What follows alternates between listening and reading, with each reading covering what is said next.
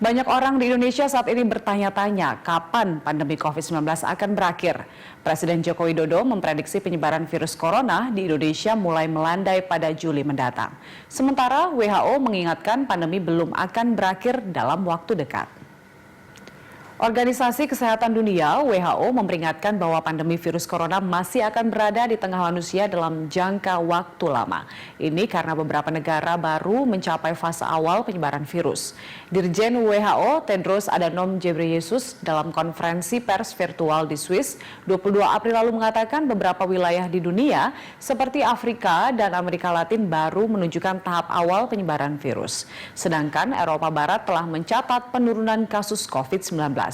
Pernyataan Tedros ini seiring dengan terus meningkatnya negara yang terinfeksi, jumlah kasus, dan angka kematian akibat COVID-19. Dirjen WHO Tedros Adhanom Ghebreyesus tidak menyebutkan secara pasti kapan pandemi COVID-19 akan berakhir. WHO memperingatkan negara-negara dunia agar terus meningkatkan kewaspadaannya mengingat ada potensi gelombang 2 penularan virus. Tedros mengatakan hanya 76% negara yang dianggap siap mendeteksi kasus corona. Masih ada banyak celah di pertahanan dunia dan tidak ada satu negara yang memiliki segalanya. Ini disampaikan WHO di tengah rencana sejumlah negara di Eropa melonggarkan hingga mencabut kebijakan penguncian wilayah atau lockdown. Di antaranya adalah Spanyol, Finlandia, Republik Ceko, Polandia, Jerman, Norwegia, Denmark, dan Prancis. Sementara Presiden Joko Widodo memprediksi penyebaran corona akan mencapai puncaknya di Indonesia pada akhir Mei 2020. Setelah itu, penyebaran corona akan melandai hingga Juli 2020. Pernyataan Presiden yang disampaikan akhir April lalu disertai catatan. Ini terjadi bila masyarakat disiplin. Sementara, pakar epidemiologi Fakultas Kesehatan Masyarakat Universitas Indonesia, Dr. Pandu Riono meragukan puncak penyebaran virus corona terjadi pada Mei. Pandu memprediksi besar kemungkinan titik tertinggi penyebaran masih lebih lama lagi.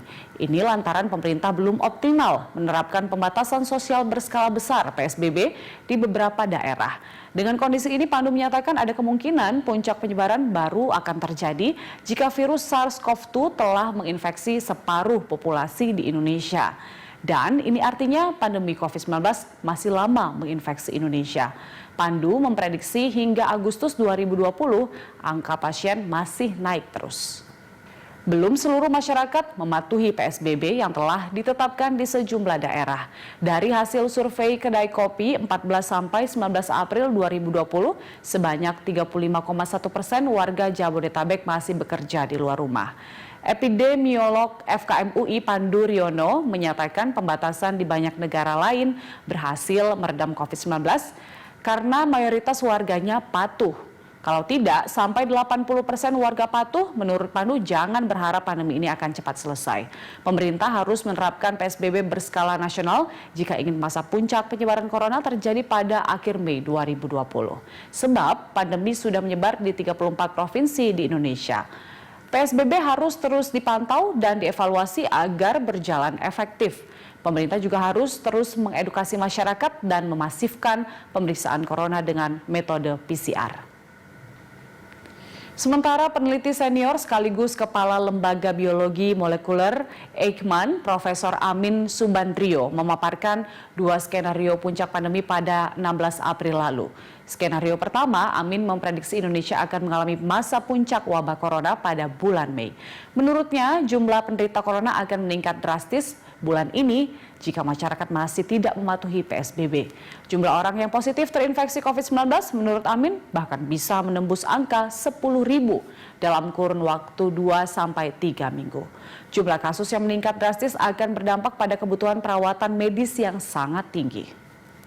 Skenario kedua, menurut Profesor Amin Subandrio, puncak wabah corona tidak akan berlangsung di bulan Mei. Jumlah total kasus positif COVID-19 di Indonesia akan sama, tapi tersebar dalam rentang waktu yang cukup panjang. Diprediksi berakhir pada akhir 2020 atau sekitar September 2020. Ini artinya puncak pandemi akan mundur sekitar bulan Juni dan angka kasus berkisar di 10 ribuan atau di bawahnya. Prediksi ini tentu saja bisa berbeda jika beberapa waktu ke depan ditemukan vaksin atau pengobatan yang bisa menghentikan penularan virus corona. Pemulihan dalam skenario kedua ini akan memerlukan waktu lebih panjang. Namun menurut Amin, hal ini akan membuat jumlah orang yang memerlukan penanganan medis jauh lebih terkendali. Wacana pemerintah untuk tes PCR 10.000 orang per hari menurut Amin dapat membantu penanganan medis lebih cepat dan membatasi penularan virus. Sedangkan peneliti dari Eijkman Oxford Clinical Research Unit, Iqbal Eliazar, masih menunggu efektivitas larangan mudik. Selain itu, Iqbal menyebutkan jumlah pemeriksaan spesimen juga menjadi salah satu faktor penting terungkapnya kasus positif. Indikator ini amat penting, apalagi menurut Iqbal saat ini Indonesia berada di fase eksponensial dan masih di lereng, belum sampai puncak pandemi.